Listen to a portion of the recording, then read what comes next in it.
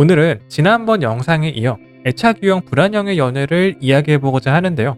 먼저 애착 유형이나 회피형이 뭔지 궁금하신 분은 저번 영상을 참고하시면 좋겠습니다. 자, 그래서 오늘은 이 불안형 애착을 말해보고자 하는데요. 불안형 애착이 도대체 뭐냐? 연애할 때 감정 기복이 왔다 갔다 하거나 연애 관계 자체가 롤러코스터를 타는 것처럼 관계 유지가 된다면 불안형 애착의 유형일 수 있습니다. 왜 그러냐면 이 불안형 애착은 오히려 관계가 불안정할 때 그게 사랑이라고 느끼거든요. 이거에 대해서 좀 더 이야기하자면 제가 저번 영상에 회피형 애착 유형에 대해서 설명해 드렸죠. 회피형 애착 유형은 솔직하게 자신을 잘 드러내질 않으니까 알쏭달쏭합니다. 관계에서도 거리감이 느껴지고요. 그러면 이렇게 행동하는 사람을 보면 보통 뭐야 나한테 선 긋네? 하고 관계가 잘 이어지지가 않잖아요. 근데 이 불안형은 여기서 바로 매력을 느끼는 거예요. 이 뭔가 나를 들었다 놨다 하는 느낌이 들게끔 만드는 사람한테 끌리게 된다는 거예요. 이런 감정이 드는 이유 중 하나는 어렸을 때 이 부모의 행동에 영향이 있는 건데요. 평소에 아이한테는 관심이 없다가 아이가 울거나 화를 낼 때 부모가 그제서야 관심을 준다면 아이는 계속해서 그런 상태를 유지하려고 하겠죠. 뭔가 화를 내야 된다거나 울어야 된다거나 이런 행동을 하는 게 도움이 된다고 생각이 들게 되는 거예요. 아이는 이 부모가 없으면 살아갈 수가 없는 존재잖아요. 이게 생존 본능하고 연관이 있어서 그렇습니다. 이 문제는 이런 불안한 성격이 성인이 되어서도 심지어는 연인 관계에서도 이런 관계를 택하게 됩니다. 왜냐면 이게 하나의 본능적 습관으로 자리 잡았거든요.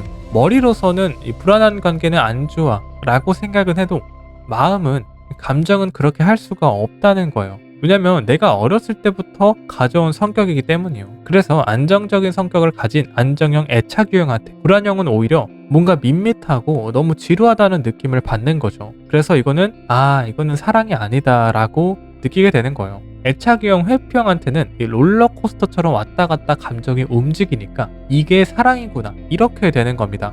애착 유형 회피형도 맨날 회피만 하는 건 아니거든요. 그렇다면 연애 자체가 되지 않았겠죠. 애착 유형 회피형이 잘해줄 때가 있죠. 근데 그러다가 또 거리를 두면은 거기서 이제 불안형은 미치는 겁니다. 이 거리를 둘 때는 얘가 나를 사랑하지 않는 건가? 날 더 사랑해주면 안 되나?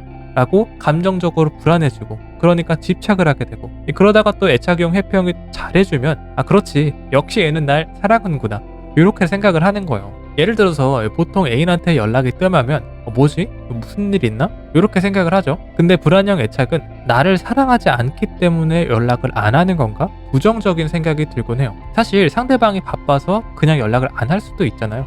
심지어는 그 사실을 알고도 그럴 수가 있어요. 상대가 바쁘다는 것을 알아도 감정 자체가, 마음 자체가 잘 안 바뀌는 거예요. 이런 관계 유지를 계속해서 하는 건 당연하게도 좋지 않겠죠. 그렇다면 불안형 애착이 나아지는 방법에 대해서도 이야기해 보도록 할 건데요. 그중 3가지를 말해보고자 합니다. 첫 번째는 좋은 사람을 만나면 돼요. 바로 안정형 애착 유형을 가진 사람을 만나면 좋다고 합니다. 안정형은 말 그대로 관계에서 안정적이고 연인과 친밀한 관계가 되는 것에 거리낌 없기 때문에 당연하게도 관계가 안정적으로 올라갈 수밖에 없어요. 하지만 이 불안형 애착이 안정형한테 매력을 느끼기가 어렵다고 했잖아요. 이 편안한 관계를 지루하다고 생각하기 때문에 그래요. 하지만 사실 이 편안한 관계가 제일 재밌는 관계입니다. 왔다 갔다 하는 관계는 자극적일 수는 있으나 지속 가능할 수는 없잖아요. 어쨌든 연애는 미래를 보고 서로가 맞춰나가는 과정 아니겠습니까? 더 나은 미래를 그리는데 어찌 재미없을 수가 있겠어요. 그죠? 두 번째는 긍정적 사고를 할 필요가 있습니다. 이게 불안형 애착인 이유는 사실 상황 자체를 부정적으로 바라보는 경우가 많아요. 아까도 말했듯 연락이 없어졌을 때 진짜 나를 사랑하지 않아서 없어진 건지를 생각해 볼 필요가 있는 거죠. 대표적으로 연애 초반과 다르게 연애가 어느 정도 지속이 되면 연락이 점점 줄어드는 것에 있어서 불안함을 느끼시는 분이 많아요. 연애 초반에는 서로 모르는 것이 많잖아요. 이것저것 하나하나 다 궁금한 시기이기도 하죠. 그러나 시간이 갈수록 우리가 서로를 알잖아요. 어떻게 행동해야 좋은지를 서로 깨닫게 되죠. 그러다 보니까 자연스럽게 연락의 빈도수는 점점 줄어들 수도 있어요. 그럴 때 애가 나한테 사랑이 식었구나가 아니라 우리가 처음에는 서로를 좀 더 알아가는 과정을 겪었던 거구나. 지금은 서로가 더 훨씬 가까워졌구나. 라고 긍정적으로 생각해보는 것이 좋습니다. 마지막으로 세 번째는 솔직해지는 것입니다. 사실 불안형 애착의 경우 관계에서 혼자 끙끙 앓는 경우가 많아.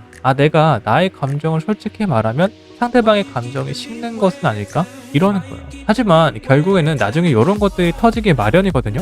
그렇기 때문에 최대한 긍정적으로 생각해보되, 그럼에도 불구하고 내가 만약 상대방한테 원하는 것이 있다면 상대방한테 이야기할 수 있는 솔직함이 필요합니다. 연락이 정말 너무 없는 것 같다라고 생각한다면 그래도 이 정도는 해줄 수 있어? 만약 그러면 내가 너무 고마울 것 같아 라고 말할 수는 있어야 된다는 것이죠. 결국 연애는 혼자 하는 것이 아닙니다. 같이 하는 거예요. 최대한 스스로 노력을 하되 상대방과 맞춰나가는 과정도 필요한 겁니다. 또 그래야 서로가 편해요. 혼자서 끙끙 앓고 있다고 해서 상대방이 편한 게 아닙니다. 때로는 같이 산을 넘기도 하고 힘든 길을 가기도 하면서 서로에 대한 의지와 신뢰가 쌓이는 과정이 필요합니다. 이상으로 오늘은 애착 유형 불안형에 대해서 이야기해봤고요. 다음에는 가장 인기 있는 애착 유형 안정형에 대해서 한번 이야기해보도록 하겠습니다. 구독과 좋아요 어떤 느낌인지 아시죠? 눌러주시면 영상을 만드는 데 힘이 됩니다. 감사합니다.